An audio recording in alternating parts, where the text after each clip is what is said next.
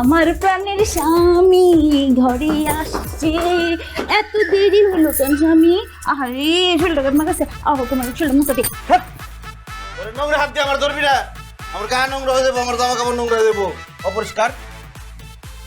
ঠিক কইছো, একদম ঠিক কইছো। কি লেগে যে আমি তোমার ধরতে গেলাম এই ময়লা হাত দিয়া একদম নোংরা করে দিলাম তোমার, তাই না? কিন্তু তুমিও কামটা ঠিক করো না আমার ধাক্কা দিয়া। তুমি এক কাম করো, আমার একটা থাপ্পড় দাও, তাহলে যদি আমার শিক্ষা হয়। কেন বিয়ের পর থেকে তো সময় সুযোগ পাইলে আমার গালাগালি করতি, উঠতে বসতে উষ্ঠা দিতে চাইছস, কন্নি মারছস, এখন তো সুন্দর সুন্দর কথা কইতেছস, ঘটনা কি? ঘটনা তো আমি সব জানি। তুমি তো এখন আর গরিব নাই, তুমি এখন হঠাৎ বড় লোক হয়ে গেছো। তোমার মতো বড় লোকের হাতে থাপ্পড় খাওয়া তো এখন সৌভাগ্যের ব্যাপার। মারো না, একটা থাপ্পড় মারো মারো।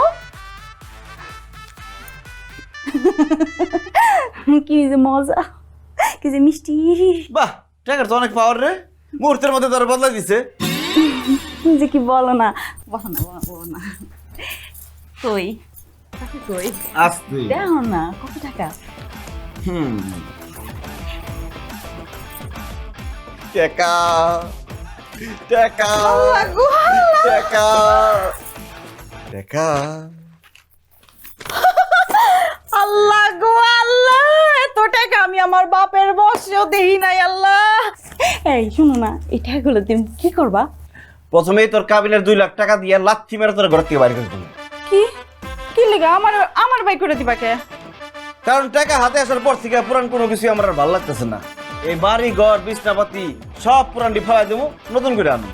ভাবতেছি বউটা বদলায় নতুন একটা বউ নিয়ে আমো। তুই না কইছস আমার লগে সংসার করবি না? এই নে তোর কাবিনের 2 লাখ টাকা, আর লগে আরো 1 লাখ টাকা দিলাম। এই নে 3 লাখ টাকা নিয়ে বাইরে যা।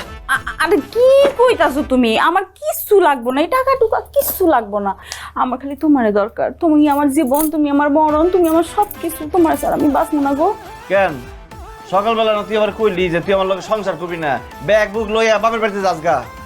আরে তখন তো আমি বোকা ছিলাম, গাধা ছিলাম, রাম ছাগল ছিলাম, সেই জন্য আমি এইসব কথা বলছিলাম। কিন্তু এখন আমি সব জ্ঞানে সব বুদ্ধিতে বলতেছি, আমার কোনো কিছুর দরকার নাই। আমার শুধু স্বামী তোমারই দরকার। আমি শুধু তোমার সাথেই সংসার করবো। কেন আমার সাথে সংসার করবি কেন? আমি তো ফকিন্নি, গরিব, দিন আনি দিন খাই, তোর কিছু দিতে পারি না। আরে তুমি তো এখন গরিব না, গরিব হয়েছে আমার বাপ মা 14 গোষ্ঠী। তুমি তো এখন বড় লোক, বড় লোকের বিরাট কারবার। ঠিকই কইছস, তোর জামাই এখন বিরাট বড় লোক, কথাবার্তা হুশ করে কবি, আর আমার সবসময় সম্মান দিয়ে কথা কবি। আমি যেভাবে চলতে কমু ওইভাবে চলবি। যদি আমার কথার অবাধ্য হস, একটা লাথি মেরে বাড়িতে বাইর করে দেবো।